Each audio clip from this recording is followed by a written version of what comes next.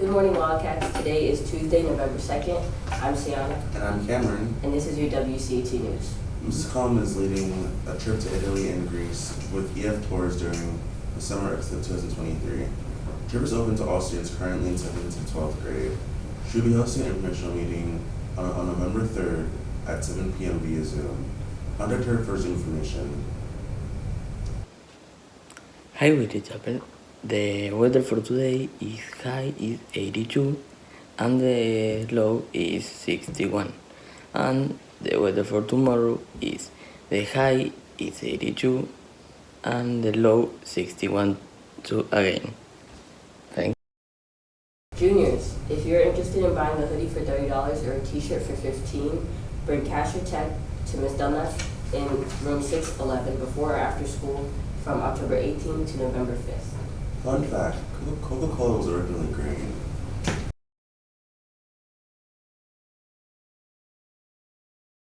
Good morning, Wildcats. For sports today, we got some trial dates.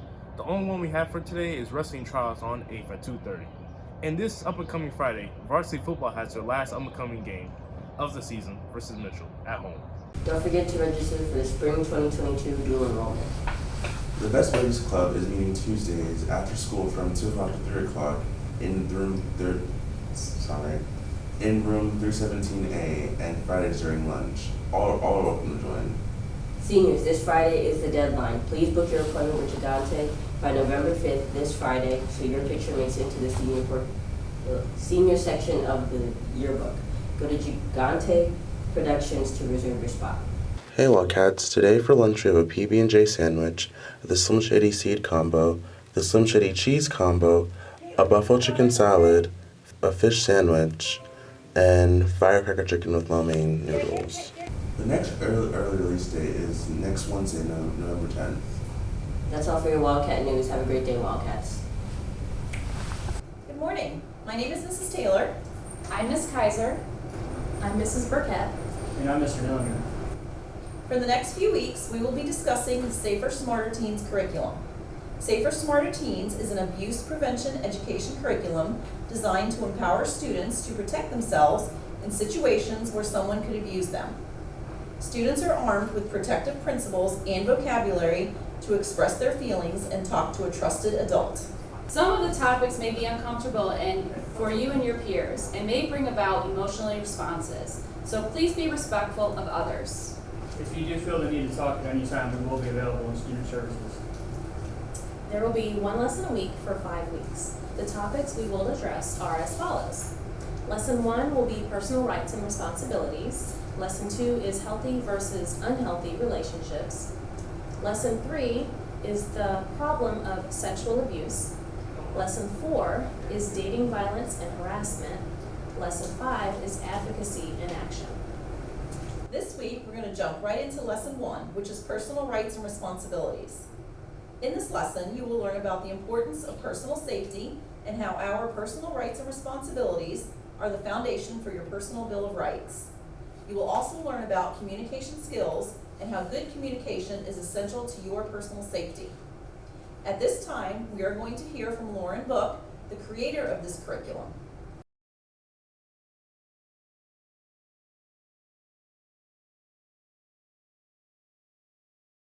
Abused or are being abused or have been taken advantage of, you must believe that individual. They need to respect the other individual's right to say no. Every person, regardless of age, has the right to decide what happens to his or her body. You have the right to feel safe and to feel happy.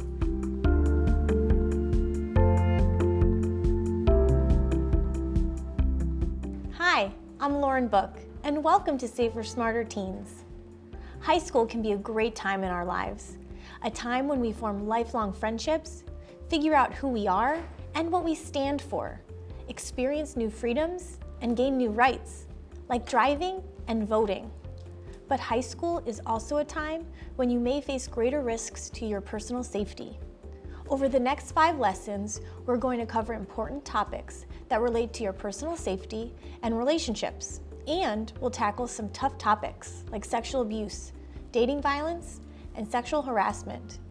These issues can be difficult to talk about, and can make people feel uncomfortable. But not talking about them doesn't make them go away. As teenagers, you may be at the greatest risk of any time in your life. We want you to know what to do, where to turn to for help, and how to help a friend who may need it. Throughout the next 5 lessons, we will hear from real people who've dealt with these issues in their lives. One of those people is me. I want to share my personal story because I think that you can draw some valuable lessons from what happened to me. When I was in middle school and high school, from age 11 to 17, I was physically, sexually, and emotionally abused by my family's live-in babysitter. This abuse happened every day, before school and after school. My abuser lived in my home and was like a family member to me.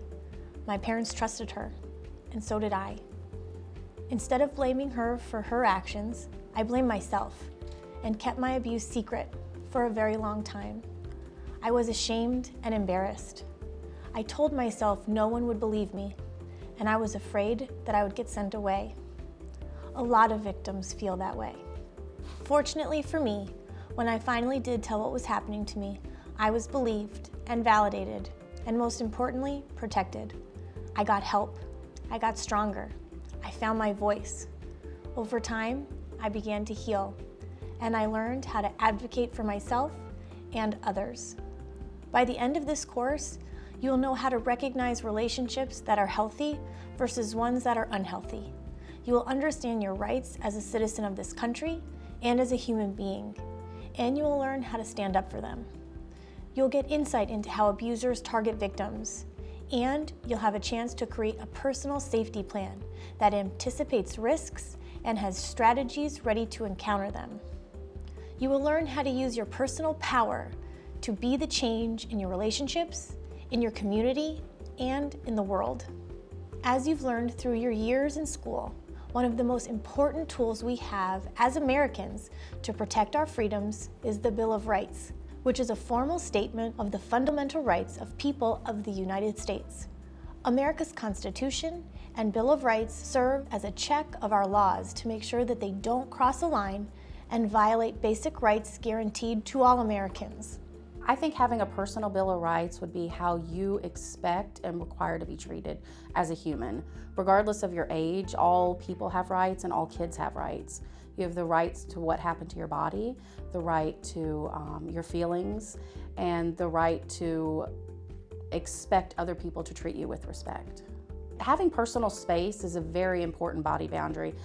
Knowing that your body is your own and that if you don't want to be touched in any way, even if it's a hug from a family member, that's okay. There's a lot of pressure among young men to engage in sexual activity as fast as possible with as many people as possible.